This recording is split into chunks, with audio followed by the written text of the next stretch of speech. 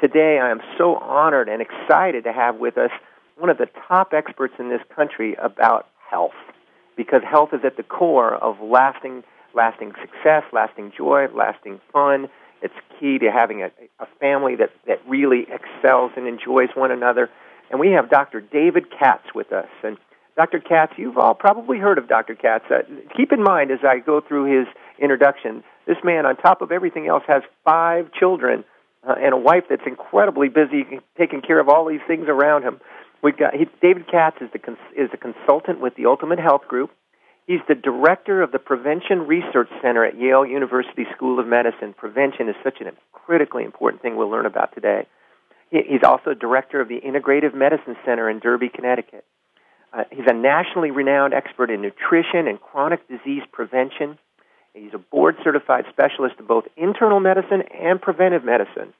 And on the side, he's the medical contributor to ABC News, the nutrition columnist every month in O Magazine, the Oprah Magazine, and is the health columnist for the New York Times Syndicate. Today, he's going to talk to us about really 3 key areas: nutrition, weight, really managing your weight, and also about chronic disease and integrative medicine. Dr. Katz, David, it's just incredible to have you on the show. Thanks for being here. Thank you, Brian, for that kind introduction. I sure hope my mother was listening to that. Well, you know, I had to cut it down from about 9 pages. So, oh, you're very kind. It's great to be with you. Thank you so much. You know, David, I want to start off. We're going to spend this first segment today talking about nutrition. And in the business world today, people are on the go so fast, always rushing around. Oftentimes, thinking about nutrition is kind of at the low end of the totem pole. Let's just start with the kind of the billion-dollar question. What do we really know makes up a healthy diet? Is there such a thing as a really healthy diet? That's a great question, Brian, and unquestionably there is. I often give a lecture entitled "The Basic Care and Feeding of Homo Sapiens, Are We Truly Clueless?"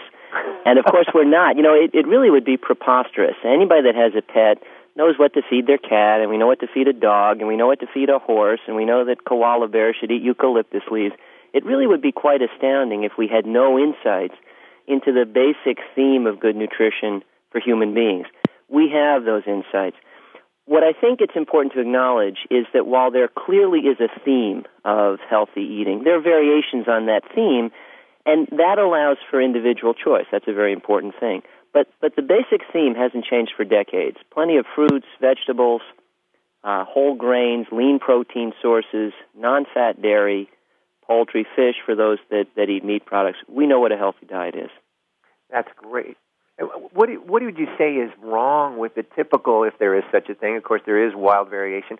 What's wrong with the typical American diet? What are the biggest challenges that we have?